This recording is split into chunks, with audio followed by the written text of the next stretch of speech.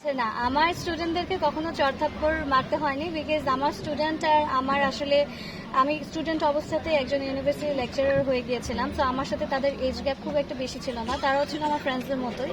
So we always had a good time. In fact আমি যখন first ভার্সিটিতে ঢুকি, আমার স্টুডেন্টরা আমার মনে আছে, ইটস আ ফানি স্টোরি, বলবো কিনা বুঝি না, বাট তারপরেও বলি যে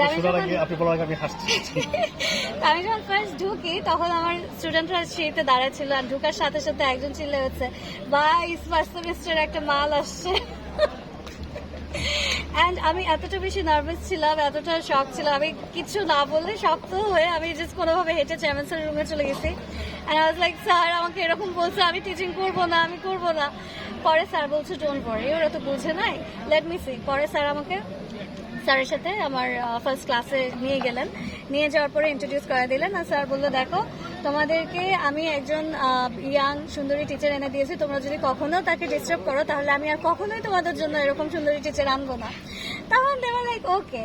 অ্যান্ড তারপরে যে এই সুন্দর ব্যাপারটা ঘটেছিল, সুন্দর মজার ব্যাপারটা ঘটেছিল, সেটা হলো আমার স্টুডেন্টদেরকে ফার্স্ট, যেহেতু আমি খুব বেশি নার্ভাস ছিলাম, সো স্টুডেন্টদেরকে আমি যেটা করছিলাম, আমার জন্য বেশি কথা না বলতাম, তাদেরকে বলছি সবাই দাঁড়ায় দাঁড়িয়ে ইন্ট্রোডাকশন দাও, কোথায় থাকো, কি করো, আর একটা হবি। তো একটা ছেলে লাস্টের দিকে উঠে ওর হবি বলা শুরু করলো, বলে, ম্যাম আমি গান গাইতে অনেক পছন্দ করি, আমি কি একটা গান গাই? আমি বললাম, হ্যাঁ শিওর, তুমি গান গাও। সো উঠে দাঁড়ালো, উঠে দাঁড়ানোর সাথে সাথেই গাইলো, পেহলি নজর মে কেসা জাদু কর দিয়া তেরা গুন বেজা। আমার দিকে ফিরে এভাবে করে গালা। তারপরে দেখলাম পুরা ক্লাস সবাই গাওয়া শুরু করে দিল। So it was a very special moment, nervous moment, আসলে আমি বোঝাতে পারবো না, বাট এখন মনে পড়লে পরে অনেক ভালো লাগে, মজা লাগে। অ্যান্ড আমার এতগুলো প্রফেশনের ভিতরে my favourite profession is teaching. যদিও আমি ফুল টাইম টিচিং করতে পারি না, আমাকে আমাদের ইউনিভার্সিটি ম্যাম, লেখা ম্যাম অনেক বলেন ফুল টাইম হিসেবে জয়েন করতে, বাট আমার যেহেতু অন্য প্রফেশনস আছে, আমি পার্ট টাইম টিচার হিসেবেই আছি।